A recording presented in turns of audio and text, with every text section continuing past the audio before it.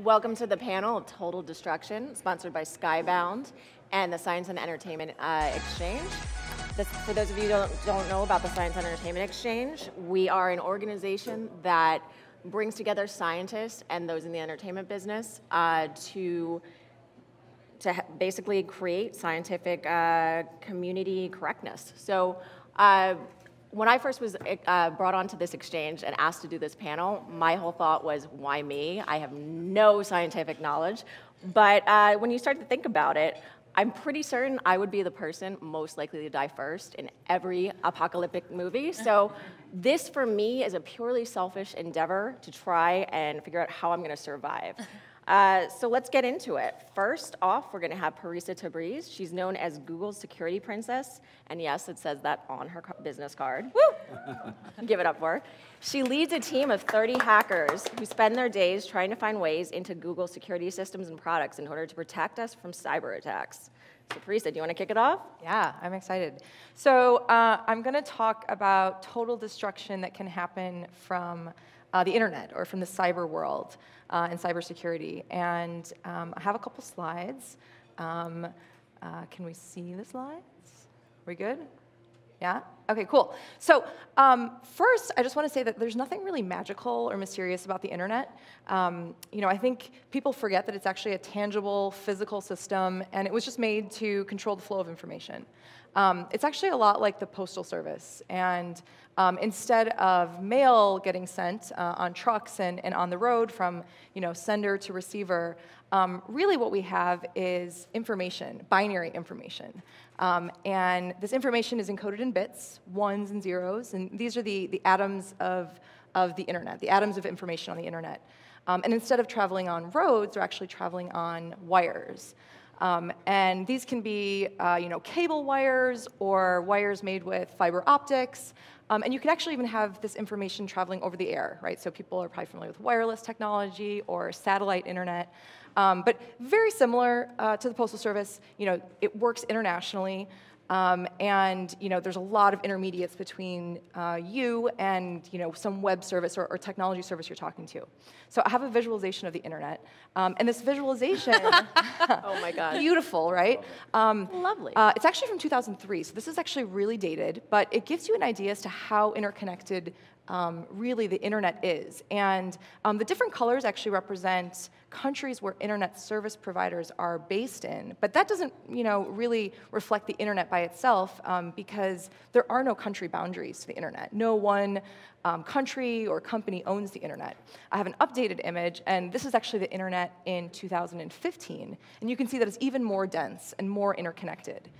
Now, given things move super fast, so they're moving over cables and wires, and this means that things are moving at the speed of light, and also the internet is so interconnected, there's a couple of properties that are interesting and unique to the internet where if things go wrong, they go really, really wrong in ways that we haven't even fully reconciled with as we do in the physical world. So I want to go over a couple of laws of cybersecurity or laws of the internet.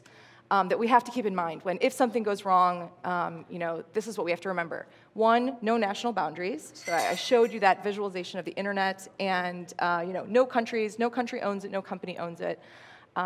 Attacks travel at the speed of light. So again, binary data, it's going through via electrons and protons through wires, and so this is way faster than, for example, some kind of physical attack or some kind of projectile attack. Cybersecurity law and policy, and even just the practice of defense, is not mature at all. Technology has evolved so fast that as a society, we haven't really been able to reconcile and figure out how to build defenses and how to regulate this just as a society. Two other things that make security problems with the internet scary. One, figuring out who the source of attack is, so we'll say the attacker. Attribution of attacker is really, really hard on the internet. Again, that really interconnected mess of the internet, it makes it possible for attackers to jump through a bunch of different hoops. And if they can erase any evidence, it's actually really difficult to know who started an attack. So attribution is really hard. Another thing is the barrier to entry is really low. I don't have the resources to actually create some kind of nuclear weapon.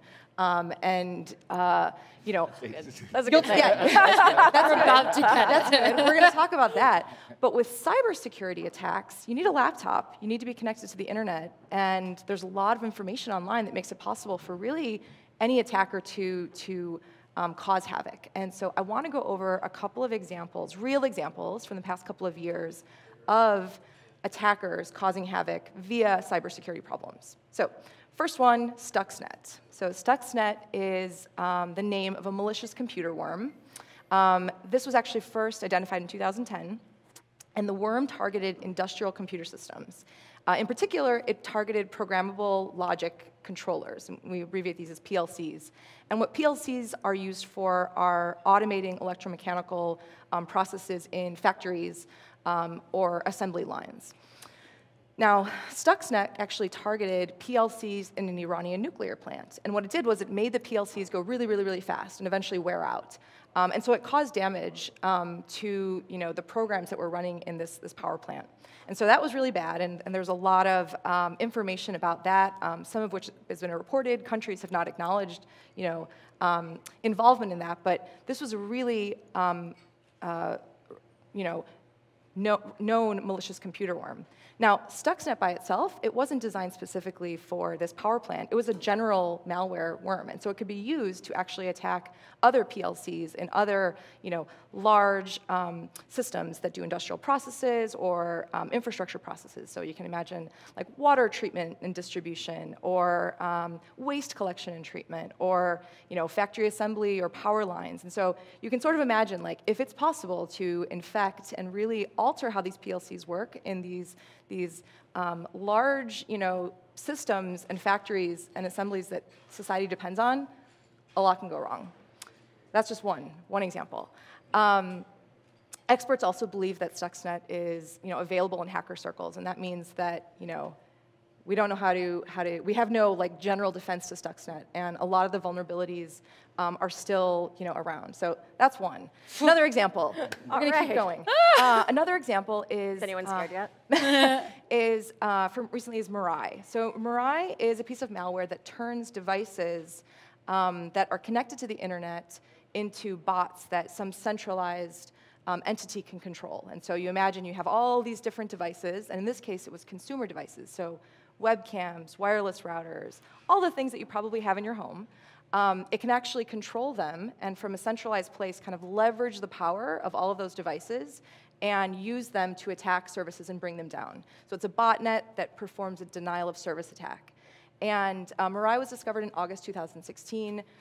The code for Mirai was actually published and made available to the public, and a variant at the end of 2016 was used to actually bring down large sites. So it brought down Twitter and Netflix and Reddit and a lot of other sites for almost a day. Now, you may be thinking, okay, well, what's the big deal of bringing down a single site? But scale that out and really imagine what is possible if you can bring down these critical internet services, things even more important than Netflix, maybe. So that's Mirai. I have more. Last example I want to talk about is WannaCry. So WannaCry is an example of ransomware. And ransomware is, again, malware. And it was taking advantage of a software bug that was actually discovered by the NSA, but not reported to the software vendor, in this case, Microsoft. Someone exploited the bug and created this software that would encrypt all the files on someone's computer, and then require ransom for you to actually get the decryption key. And so you have to pay money to actually be able to decrypt your files. Otherwise, all your files are destroyed. Now, this impacted hundreds of thousands of machines in over 150 countries. It impacted hospitals and care centers in the UK, train system in Germany, telecommunication system in Spain. What was interesting about WannaCry was the people who built it, they actually accidentally left in a kill switch. And so it was possible to sort of neuter this ransomware and the spread of the ransomware in a way that the attackers probably didn't intend to do. Again, the way that this ransomware worked was made public, and even more recently, actually last month, a derivative of WannaCry was used, and again used to cause havoc to computer systems around the world. In particular, One of the organizations it hit was the holding company for Cadbury and Oreos and other snacks, and it actually impacted like how they do distribution of their food. And so you can imagine, like, Snacks. if you can, Don't touch my snacks. exactly. No You can Netflix and Oreos? I mean, this is Yeah. like the staples of our lives. Yeah. Yes, exactly. So you can imagine, like, distribution of food, how that could cause like unrest in society.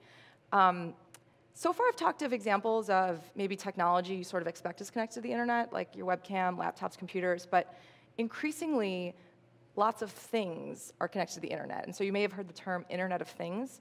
And all of those, once connected to the internet, are also vulnerable to all the same cybersecurity attacks that I'm talking about here. So hackers have shown that it's possible to remotely interfere with the brake system or acceleration system of cars. And imagine self-driving cars are coming, dot, dot, dot. You can figure out what happens there.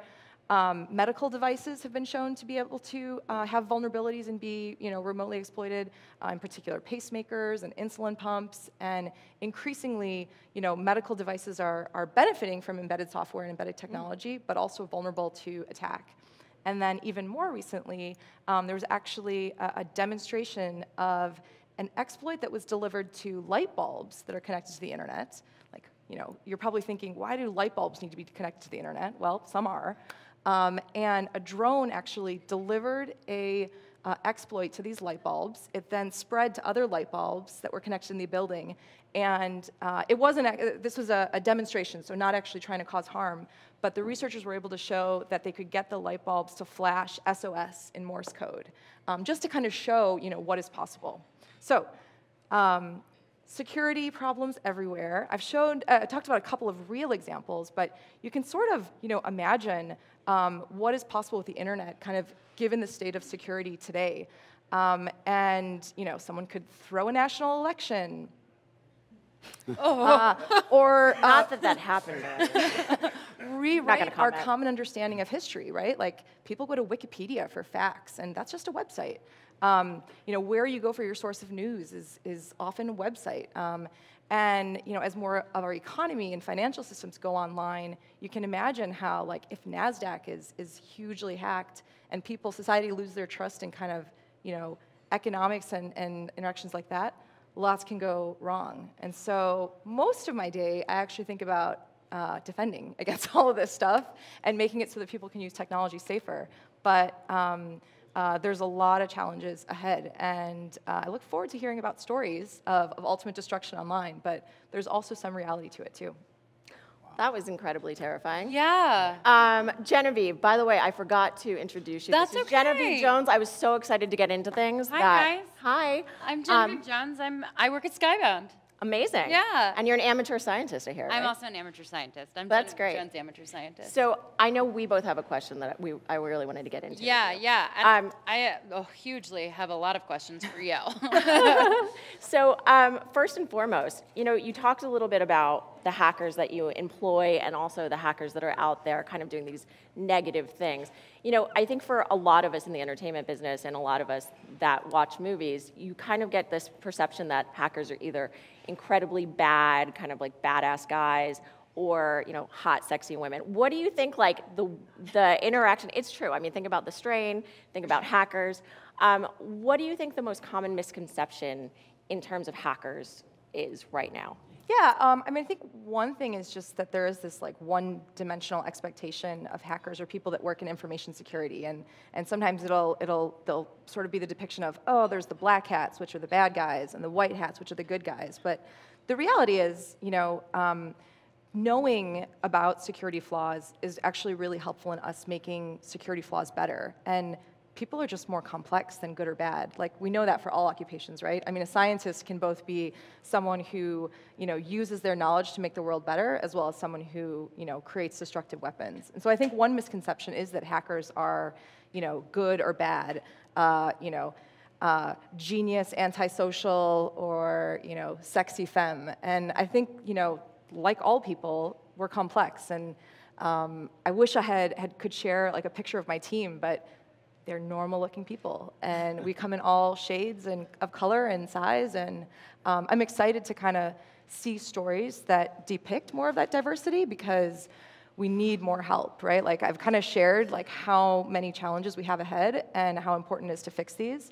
And we have a real like need for more expertise and people that fit beyond just those two stereotypes to actually make technology safer. And so I hope we can see stories because that will also like inspire more people to help. Right on. And that goes into optics. Like the more people see, you know, that type of job being available, Yep. the more they'll be interested in participating in it. Absolutely. And I think about this a lot for girls because, you know, in general, we don't have enough women and girls in technology. And I think part of it is because we don't, you know, depict more cool, strong, you know, women with moms and, you know, hobbies outside of this who are actually working this space. So. I had another question, if it's okay. Yeah, for sure. One thing that's really fascinating to me about the depiction of the internet on film and television and as a content creator, I mean, obviously, like, technology is becoming more and more integrated in our life. And I think as a content creator, sometimes it's difficult to be able to visually show that on the screen because we participate in, like, a show, don't tell kind of mentality when it comes to our storytelling. Yeah. Do you have any ideas as to how we can sort of, like, visually pull back the curtain of the internet and, you know, show it to people? I've thought about this a lot, and actually even having talked to more people in entertainment, I realize how challenging this is because the reality is, like, I'm talking about these, you know, really dramatic attacks. From defense, a lot of my time is sitting in front of a computer, you know, typing on my computer, and sometimes there'll be a criticism of like, oh, that's not realistic, but the reality is kind of boring, and like, I don't want to watch on TV and maybe somebody typing on a computer. So I mean, I've thought about it, and I think it's a hard problem, and I've seen, you know, how can you visualize a bit of information going through the internet, and there's like some really cool like CG, you know, computer graphics illustrations of that, or even just like getting inside the mind of a hacker and visualizing that. I've seen that, but you know, it's hard, and I have a much greater appreciation for actually telling technology stories in a visual way because, yeah, it's not necessarily as obvious how you present that. How do you feel about Mr. Robot? I love Mr. Robot. Okay. I mean, I think actually that show has you know, I know that they've hired a dedicated technology expert, and they put so much effort into getting it right, and that is really appreciated by the technology community. And yeah, it makes it so much more authentic, and I think it's a really I really like it. So next, we've got Omai Gardner. Omai is a health scientist professor and associate director of clinical microbiology at the UCLA Health System. Yeah. He received his PhD from UC San Diego in biomedical sciences and is here to terrify you. So wonderful. Jump in. So I want to thank Skybound, and I am very inspired by the work that creative people do. So when I was 14, this movie Outbreak came out. Right, and Cuba Gooding Jr. was in this yellow suit in the hot zone, and it was that moment when I was like, I'm gonna be that guy in that yellow suit in the hot zone. And so if you'll look here, that middle picture is me in the blue suit. The suits are blue now. Gosh. As part of our Living your Ebola, dream. rule out protocol. It's a sweaty suit to be in, so it's not the most fun, but I was very excited about it. So, you know, working in infectious disease and microbiology, it's clearly from a societal standpoint, we're fascinated by this, right? And when I teach my medical school students about this, everyone has seen one of these shows, everyone thinks about one of these shows, but I think that in general, we think that we've got infectious disease beat, right? Because in the United States, there's just not a lot of people who die. So I think I want to break that myth down for us a little bit today. And so initially, I want to talk about emerging diseases. And so emerging diseases, this is an infectious disease with an incidence that has increased over the last 35 years. And everything that you can think of kind of fits into this category, right? Especially like the Ebola outbreak. No one was considering Ebola to be something that could kill tens of thousands of people, but you could see it was pretty easy based on the infrastructure of Western Africa. And so we're not going to go through all of these diseases, but we do still live in an era where infectious disease kill a lot of people and can be catastrophic. Now, in order to have kind of a sensed conversation about this, though, we have to do a little bit of vocabulary. So we're going to differentiate morbidity from mortality. Morbidity means you got sick. Mortality means you died. right? There are things that are high morbidity that are low mortality. And this is the stuff we think about every day, right? If you get a cold virus, very few people are going to die from that cold virus, but a whole lot of people are going to get it, right? The opposite of that is something like Ebola. Ebola has a very low morbidity, but it has a very high mortality. So it's like 90 or 100%, especially outside of this country, if you catch that disease. And this graph kind of walks you through this. So when we're thinking about our fear, we tend to fear high mortality things, right? Oh, we're all scared of Ebola. You have to work real hard to get Ebola. It is very, very difficult. Whereas not a whole lot of us are scared of like a cold or the flu, right? We kind of touch our eyes and our nose and our mouth all the time. We're not washing our hands. We sneeze on people inadvertently, and it's not a big deal. When you look at morbidity and mortality numbers, though, if you have a disease that has a high morbidity, a lot of people get sick, you don't have to change the mortality that much, right? So if you look here under flu, the mortality rate's about 0.1%.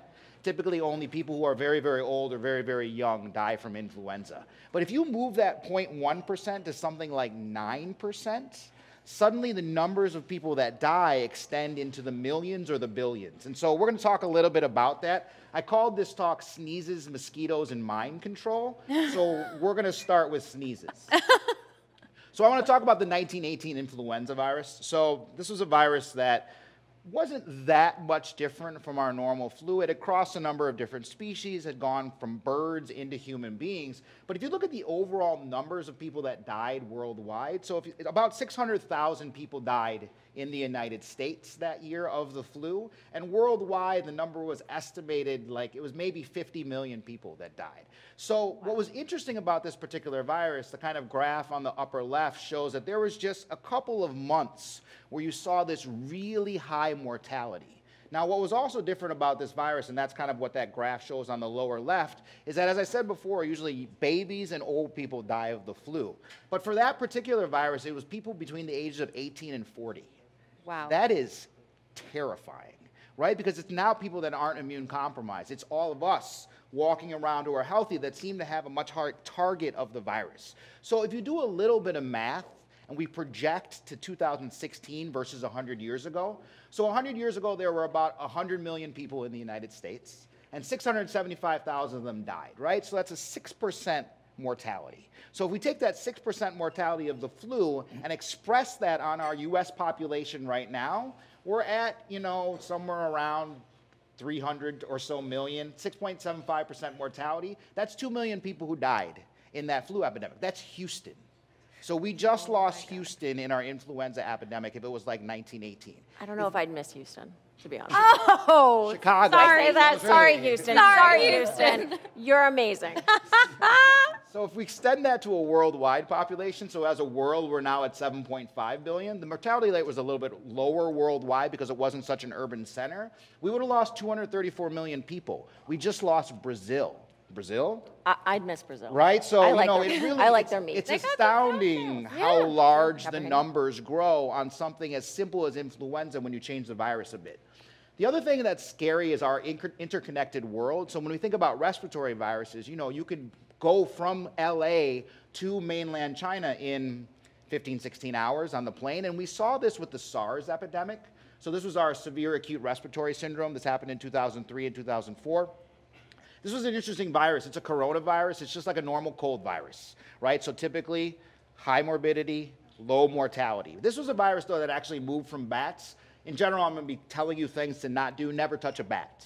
For some reason, bats have a high number of viruses that are very lethal to people. But the virus moved from a bat to a civet, and a civet was part of the wild animal trade in rural China. And so people got sick there, and then you'll see kind of by the numbers below, within 8 months, this virus had spread across the entire world, right? And it was about a 10% mortality, right? Remember, the mortality doesn't have to be very high if we're just sneezing on each other. So this really brought home how scary it was going to be, and this just ended. It ended a little bit because we had good protocols to be able to know who was sick, but it also just kind of faded away. And so we don't really have a good understanding of how these viruses start and spread and how they end. So for a lot of this, I'm going to say we've just gotten a bit lucky up to this point. I want to move us now over to mosquitoes and vector-borne viruses. So mosquitoes are an interesting creature that, of course, feed on the blood of human beings, but then also transfer disease between human beings. And so what we saw with mosquito-transmitted viruses recently is everyone's kind of aware of the Zika epidemic, right? And so it's a virus that unfortunately affects developing fetuses. But when you look and see what happened in Puerto Rico, so when you have a population that's naive to a disease, and when I say naive, I mean they've never experienced it. Nobody has any protection. You don't have any IgG or antibodies to protect you from the disease. That if you have a lot of mosquitoes that then have that virus, you see this exponential increase in that area. So it's this deadly combination of a naive population and a vector that's kind of out of control. And if you've been to Puerto Rico, there's a lot of mosquitoes there. And so what you see what happened there is in the summer of 2016, you saw this explosion of this disease. Now, the disease isn't that lethal. There's some travel warnings. Interestingly, chikungunya, if you tried to travel to the Caribbean in 2014, the CDC had all these warnings about this new virus in the Caribbean that was doing the same thing. Expanded population that were naive to disease, and you saw hundreds of thousands of people getting sick. Is this a concern? Well, if you combine this kind of with the perspective of global warming, so this map shows you the increased area of malaria expectation over the next 20 to 50 years. Now, malaria is an organism that is transmitted by mosquitoes. And so what you see there is that red swath over Europe and the United States. You have these large urban centers that are now going to become areas where you're going to see a lot more mosquitoes. And so because you see a lot more mosquitoes, you're going to see a lot more transmission of virus, bacteria, parasites, anything that's inside of that mosquito. And remember, we have an entirely naive population, right? Malaria is something that's mostly seen in sub-Saharan Africa. In fact, it's so prevalent there that most people have had the disease by the time they were 5 years old. So here, we're really represented with a problem of this naive population, and this mosquito that can deliver all kinds of things. And so I tried to put a list of all of the diseases, and this is not to scare you, but it's to scare you a little bit. It's not to scare us. All the diseases that are transmitted by things like mosquitoes, ticks, biting flies, and the list is very long. So if you combine all of these things together and make sure the vector is in the right area, it's hard to pick one of these that could potentially end the world population. But if you combine them all together, both in the United States and Western Europe, it's going to be a rough next 20 or 30 years from a viral, bacterial, or parasite perspective. Can I ask just a clarification Sure, question? Absolutely. When you say naive population, you mean like our immune systems? Yes. So are we've naive? never seen these diseases before. So if you grow up in an area that is equatorial, yeah, these diseases exist there anyway. So your parents have probably had it. They have a bit of protection. Mm-hmm. That protection can be actually transmitted maternally to the baby. So the baby is protected. Whereas in our country, we don't have any of that. In Western Europe, we don't have any of that. You don't have any protection. You don't have any. You don't have any. Depending on that But I antibacterial like stuff. that is transmitted maternally. Yeah. That makes me feel like real good. Yeah. Yeah. So Good job. Yeah, you guys, not so You're much. welcome. we're in trouble.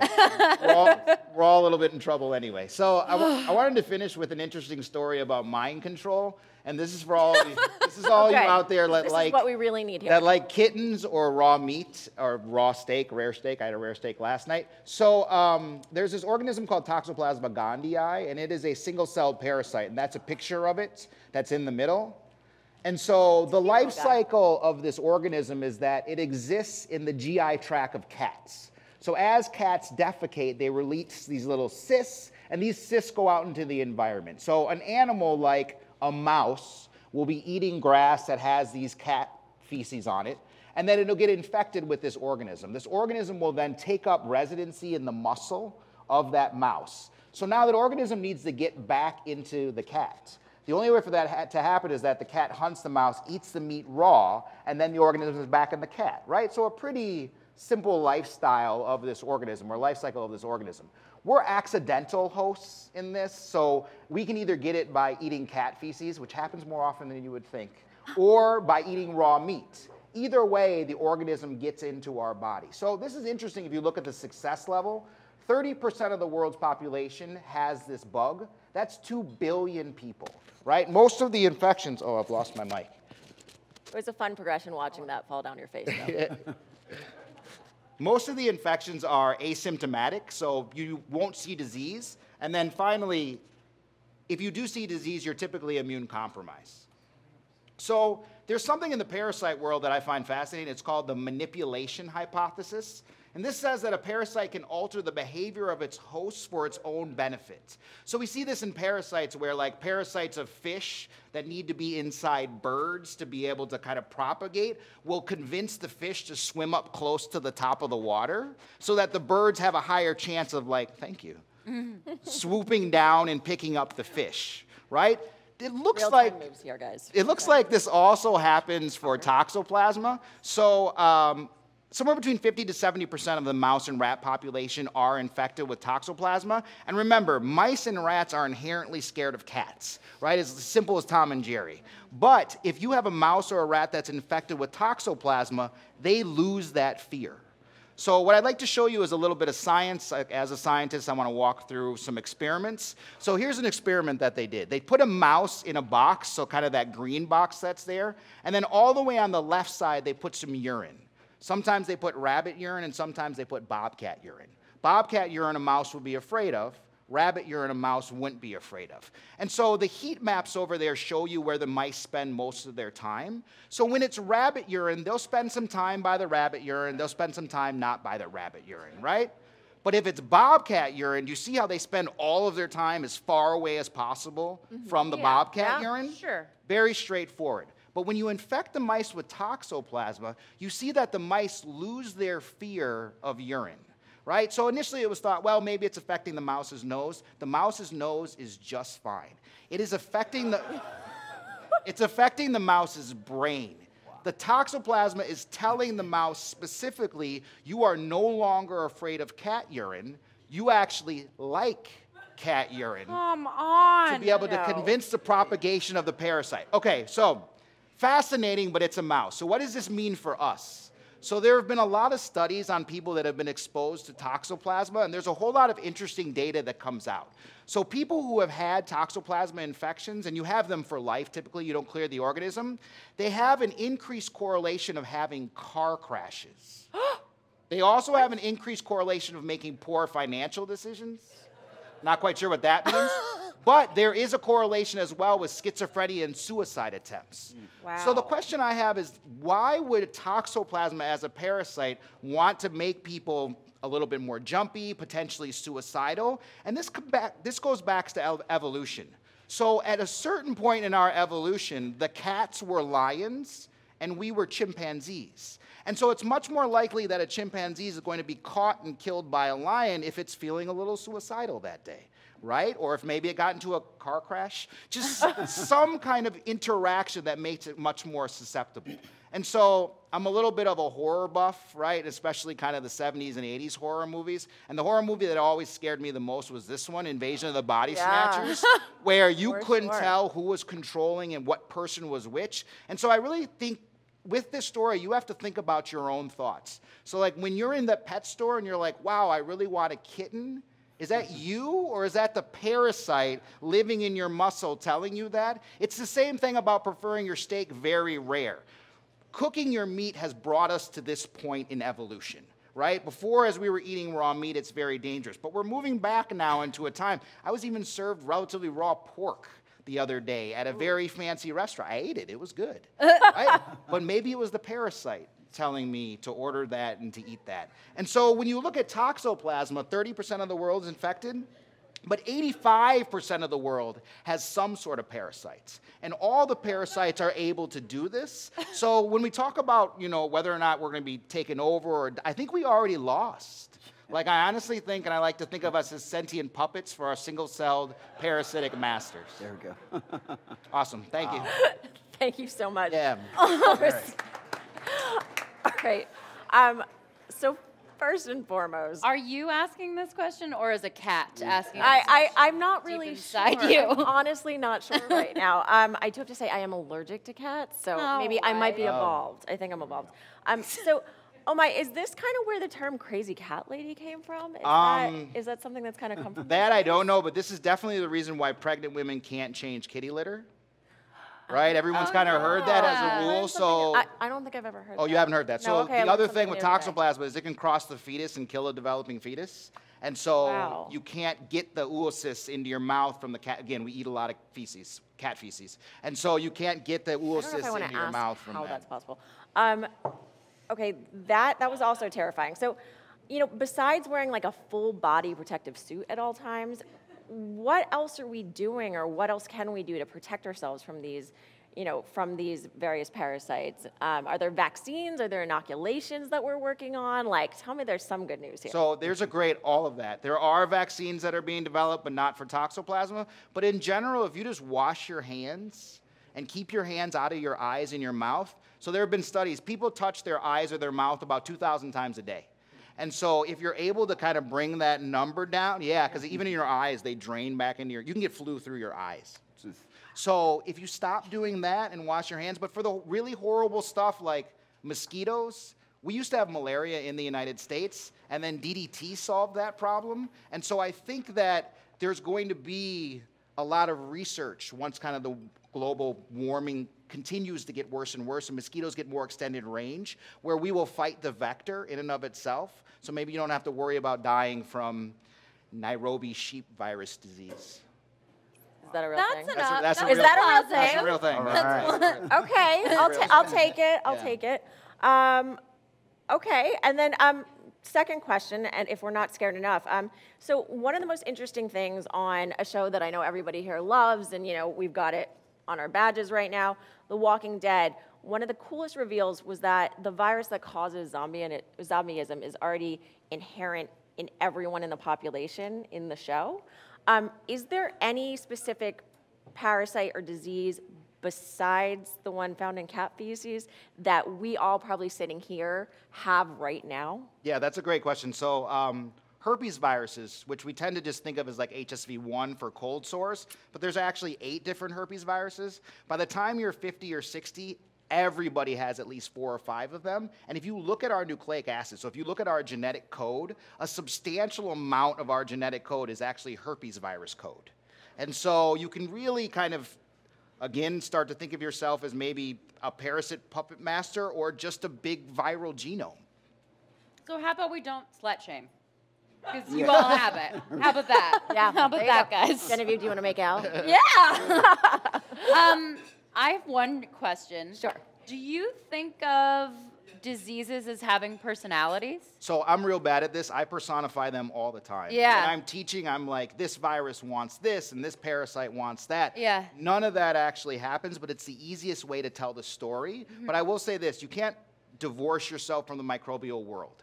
There aren't good viruses and bad viruses. There aren't good bacteria and bad bacteria. If we didn't have any bacteria on our body, none of us would be able to live, right? And so it's not a black hat, white hat thing. You see, I learned that. Yeah. It's not a black hat, white hat thing. It's just this is part of the world, and we have to understand and find our way through.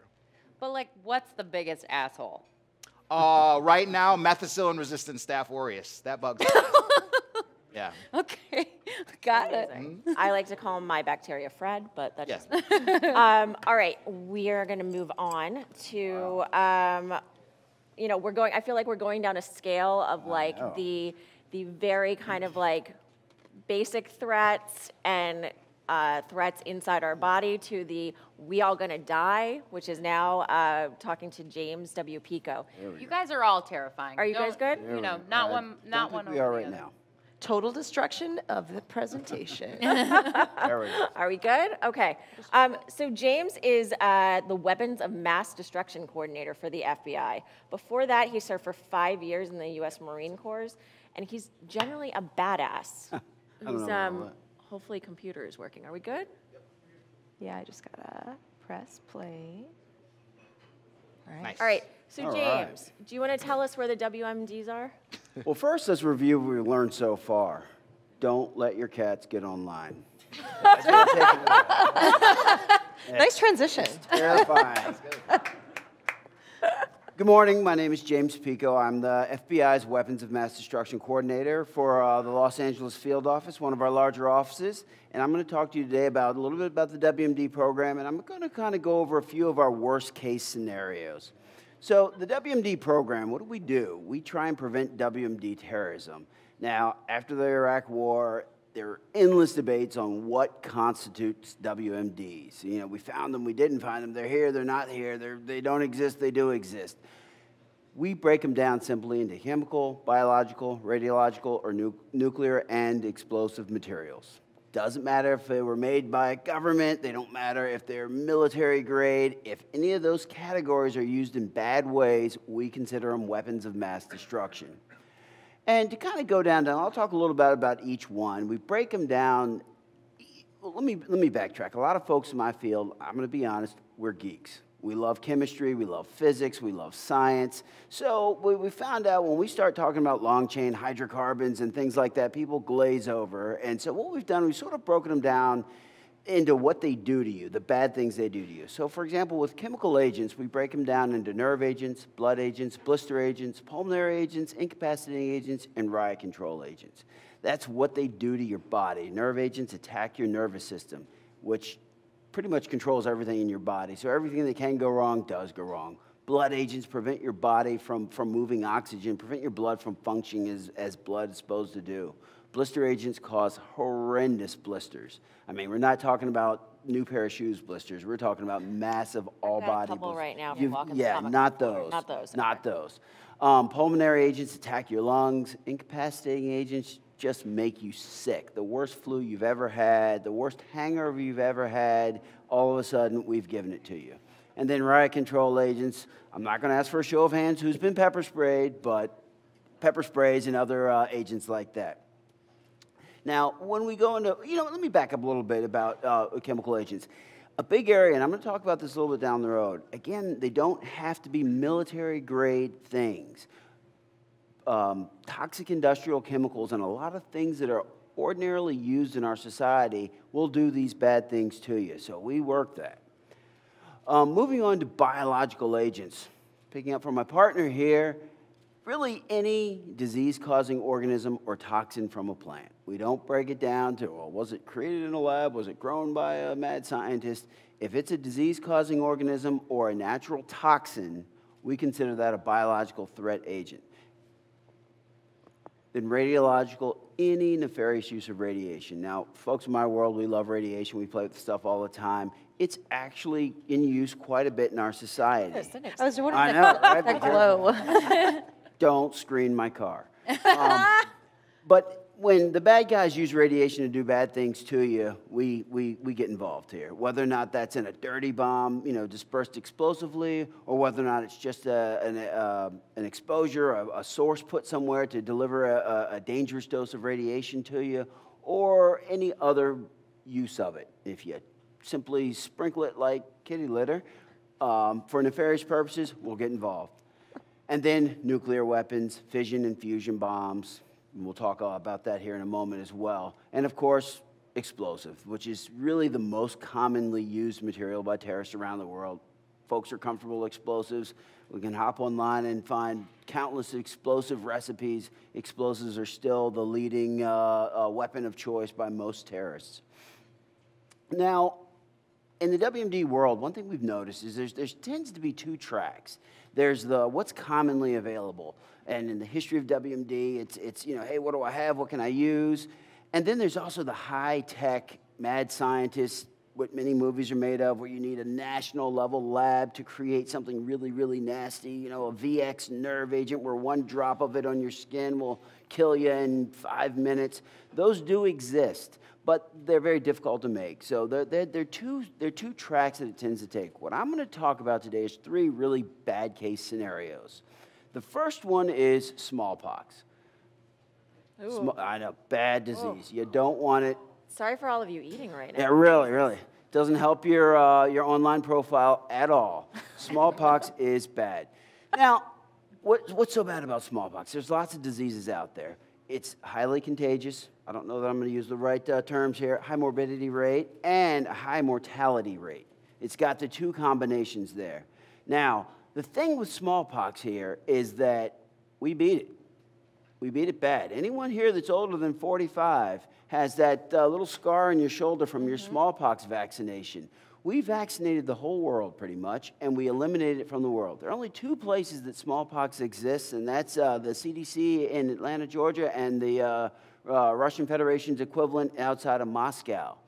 Now, what we worry about is now that we have, and again, I'll steal my partner's terminology, we have a naive population. None of us are immune to it anymore. We don't have the inoculations, and those who were inoculated, that's long since expired, and our resistance has dropped down. We have a very, very vulnerable population. If there were to be a smallpox outbreak, it would sweep through the world extremely quickly. And that's why it's really at our top of our worry about list at for biothreat agents at the FBI. It is what we consider the king of the hill for biological terrorism incidents because it would devastate our population. And the difference from years ago is the speed at which we travel around the world and which things travel around the world and in which we have contact with each other is just increased to the point that smallpox, we fear, would be spread extremely fast with high mortality and morbidity rates. So much so that if there ever any instance of smallpox, we would immediately start what we consider a terrorism rule-out, a terrorism investigation. We wouldn't wait and find out if it just happened to appear somewhere. We would immediately launch into a terrorism investigation to try and figure out who done it and how do we stop it. So moving on, chlorine. Chlorine. Like the pool. Just like the pool chlorine. Now, chlorine's a good chemical, helps us out a lot. We probably have it in our drinking water here, we have it in our pools, it keeps the water clean and crystal sparkling blue, it's good stuff. But the truth about chlorine is it doesn't like people at all, not even a little bit. When chlorine mixes with water, and for the purposes of chlorine, well, we're 80% water, but the moisture on your skin, the moisture in your lungs, your eyes, and your body counts as water. It makes hydrochloric acid. So when it meets up with people, it forms hydrochloric acid, which none of us want to be covered in hydrochloric acid. It's just not what we want to have happen on a Saturday morning. Now you say, well, wait a minute. Now, I've got it in my swimming pools, but the chlorine you have in your swimming pools is extremely, extremely dilute. It's probably less than 1% chlorine that you toss into a giant pool of water. So it's a very, very small amount. But it does what chlorine does, and it kills all the bacteria. It's just not enough to go after the big organisms like people that are going to be in the pool. So, as I said, chlorine's dark side. In World War I, it was used as a weapon. It is an extremely dangerous gas. Now, what makes chlorine such a big problem for us is that it is so used in our society. Most water systems in the United States are cleaned with chlorine. We're on the west side of the San Andreas Fault. And to be prepared for the big earthquake, we keep a 90-day supply of chlorine to clean all of our water throughout Southern California. So bottom line is we have a lot of chlorine sitting around. And it moves on our freeways every day. I'm that weirdo guy taking pictures of trucks moving down the highway with chlorine cylinders in it. If that chlorine's let loose, it does bad things. That is simply just releasing chlorine. We did that in a very safe facility way out in the desert somewhere. But it's a heavy gas. It flows along the ground. It sticks there. It's going to do what it wants to do. We don't have a way of stopping it. We don't have a special vacuum that's going to suck it up and prevent it from going wherever it wants to go. And where it goes, it's going to do bad things. If you imagine dousing everything into place with hydrochloric acid, that's what chlorine's going to do. And it's not going to go anywhere until it just naturally dissipates. Those are different size container releases of chlorine. You can see that it's going to cover, that's I think a 1-ton cylinder right there, and that's the 90-ton rail cars. That's the type of area that ultimately could contaminate, and we would have to evacuate if there was a large-scale chlorine release. Now, I've got to do a plug for the chlorine industry because they hate when you go out and you say how bad it is. The chlorine industry is extremely safe. It's one of the safest industries out there. They handle the stuff really well because they recognize how dangerous chlorine is. What we're concerned about is basically a terrorist getting hold of it and compromising the chlorine. Again, you don't have to do anything with it. You just have to let it free, and it's going to do bad things on its own. Moving on. Nuclear. What does chlorine do to us? Like, does it melt us? What does it do? Well, what happens is when it meets your skin, Yeah. Your skin, it may feel dry, but it basically has water on it. It's Sure. moist. Your lungs, certainly moist. your eyes moist, and I'm not going to go into all the rest of the moist parts. Fine. But Fair enough. This is a PG panel. Exactly. Thanks. When it meets moisture, it forms hydrochloric acid, a strong acid that starts basically doing what acids does and burning things. So we consider it a pulmonary agent because what happens is you're typically going to inhale it and it's going to sear your lungs and you're not going to breathe for very much longer. A lot of blindnesses are associated with you're going to be blinded by the acid in your eyes, and everywhere else you're going to get horrendous burns from this chlorine. It's not going to be a happy experience for you. Don't recommend it at all. Okay. So, Roger that. You can move on to moving on. nuclear now. Moving on to the good stuff, nuclear. You know, traditionally, we've said, all right, nuclear weapons are only things that nation states have, and there are a few nation states that have them because it's an extremely difficult process to make a nuclear weapon. And it's an extremely difficult process to get a nuclear weapon to detonate. I mean, it's a pretty complex procedure. It's not something that a couple of folks are going to do in their garage. Unfortunately, the world's getting to the point where we're more and more concerned that a terrorist group may actually get a hold of the components or an intact device and be able to detonate a nuclear weapon. We put a lot of energy into preventing that. Nuclear weapons, very short physics, is essentially the atomic bonds that hold an atom together. We can make it so that they break. And when they break, there's a lot of energy. I mean, you can't really split atoms very easily, but when they break apart, they release a lot of energy. So when we get that energy to release on a large scale, you have a pretty powerful explosion. Not only do you have an intense blast, the smaller is the 10 kiloton devices. That's 10,000 tons of TNT, of dynamite. The equivalent of that. That's a pretty big explosion. One stick of dynamite in here would ruin all of our mornings. You imagine 10,000 tons of that. That's a pretty big detonation. Then you have intense heat, much to like the temperatures that are on the sun is released. And then, of course, you have a lot of very dangerous levels of radiation that get released. The aftermath and effects, there's going to be a portion of that area, depending on where it detonates, where you're going to have total destruction. I mean, there's literally going to be nothing left. I don't like to say vaporized because then all the technical folks go, it's technically not vaporized, but we're not going to get into that. Bottom line is there's nothing going to be in a pretty significant area. Then you're going to have much larger areas of destruction. Now, one of the side effects is you're going to have a very bright flash, and a lot of people are going to have what's called flash blindness. Now, for any of you that spend any amount of time on California's freeways, can you imagine all of a sudden all those drivers are blinded? You're going to have a lot of subsequent car accidents. Another thing that's very concerning to California, that massive heat and fireball are going to ignite a lot of wildfires, even not in the blast areas. So you're going to have car accidents all over. You're going to have wildfires raging. And then if that's not enough, you're going to then start to have radioactive fallout coming down on you. And then additionally, you've got huge disruption in communications, services, everything else. Really, the internet in that area is going to be down. Cats are done too. No Oreos or Netflix. No Oreos, no Netflix, no cats. Don't worry about that. The least of your concerns. No.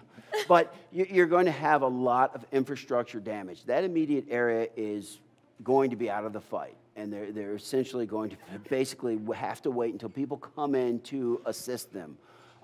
Is there anything we can do? Like, yes. Is there any sort of report your local terrorist?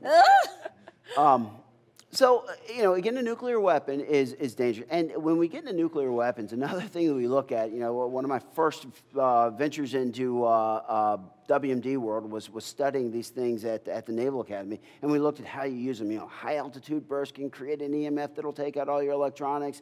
A water burst will create a huge radioactive water plume. There's different ways you can use it. So predicting the exact damage all depends. But there's lots of damaging things that could happen. Well, that was fun. All right. Okay. So besides not accepting blankets from Western-looking men, no blankets. Not going in the pool, and maybe hunkering down in some kind of underground bunker, What else is the U.S. government doing right now to kind of protect us in terms of measures and defense systems? We are doing a lot. We have a lot of folks around the world and around the United States that work 24/7 to identify threats, mitigate threats, respond to threats, assess threats. You know, it's something that happens constantly. Right now, today, we've got folks on duty who are looking at the world picture. And a lot of that is what, you know, we see changes all the time, and probably the most visible changes to the public are at the airports. You know, that's why one minute you can, you know, belts on, shoes off, the next day it's shoes off, belts on, you can bring your laptop, you can't bring your laptop. A lot of those changes are reflected based on what we see as the threat picture and what's going on. Internally, we are continuously assessing threats. When something comes in, we handle it immediately. So That makes me feel a little bit safer. we're busy folks. A little. Well, thank you guys so much. I think we've got time for like one or two more questions. So, you know, to bring it back around to the idea of the entertainment business and what we're doing here at Comic-Con, I know, Omai, you've talked about this a little bit, but for the rest of you, are there any films, comic books, or TV shows that sparked your interest in the sciences? I mean, I saw Hackers pretty early on, and I wouldn't say that was the most accurate depiction of technology, but it certainly, you know, got me excited about what was possible with the internet. And I think that was something, you know, early on that, yeah, I think just got me interested in, like, what does hacking mean and what is possible with technology. How about you, James? Yeah, I gotta admit, I love movies. I even love FBI movies. Early on, Dr. Strangelove, absolutely love that movie. Yeah! And I will that say bomb that down. after Breaking Bad, yes, we did have an increase in ricin calls. Oh We my did. gosh. Everyone wanted to go out and make ricin. I'm like, can't you just stick to meth? That is the first time an FBI agent in the history of the universe has said stick to meth. There we go. Cool. And then, you know, because I have to bring this back to me and the fact that I'm never going to survive an actual apocalypse, what is the #1 piece of advice for the rest of us in order to survive? You know, what can you guys tell us, and what can we kind of leave here thinking in terms of, like, it's all going to be okay? I mean, I guess for in terms of, like, once we've gotten to ultimate destruction, zombie apocalypse, I don't know if I have that. We have some cool survival kits. But when it comes to, like, cybersecurity, With a hair tie. I don't know if you guys a hair saw tie, this. a hair This is tie, really batteries, lots of cool stuff. Yeah. But I think actually in terms of cybersecurity threats, there are a lot you can do. Like, I'm not sure if there are as many active things you can do to prevent, you know, protect yourself in a nuclear bomb drop. But when it comes to security, and it's actually like everyone has to take part, like, keep updated software, keep, you know, secure software. I work on Chrome, so obviously I'm going to say use Chrome. I think it's a really safe way to use the web. And then also just be aware of the fact that there are a lot of threats out there, and if something seems too good to be true, if someone's trying to get you to install something and, you know, it's offering something and you're, like, a little bit unsure, it very well could be some sort of, you know, malicious virus or malware. And so, you know, be careful what you click, be careful what you install, and keep your software up to date. Got it.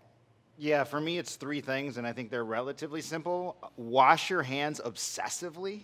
Like, don't, anytime you eat, anytime you touch your face, just get in the habit of just all the time washing your hands. Become super good friends with Deep Woods Off. Like, just like if you're going into an area, the mosquitoes that are biting you in that area are not benign. Right? We've even seen diseases like Zika and dengue fever in Texas, in Florida. So things are coming our direction. And so protect yourself from mosquitoes. And then if you have a cat at home, think about why you have that cat at home. So those are my pieces. You know, for us, our primary mission is prevent. We want to prevent all these bad things, and we absolutely need the public's help to do that. So if you do see some suspicious activity, please report it.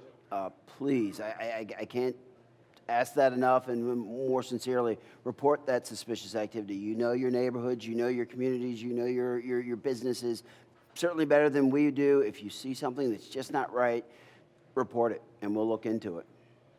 Got it. Genevieve, how about you? What do you think you're going to do? Well, I just have one last question. Yeah, sure. actually. Can I see your FBI badge? Sure. It's right. Yeah. Wait, hold He it has up. a Hold real it up. one on him. I won't touch it, but There can we we go. look at it? Look at that. Oh, cool. That's cool. All right. Well, thank you guys all so much for being here. I think we learned a lot. I think we all got justifiably scared. And I'm gonna go and like hide under this table now. I don't know about the rest of you. Thank you so much, everybody, from the Skybound Lounge. My name's Naya. This is Genevieve. Thanks for having us. Thank you. Thank you.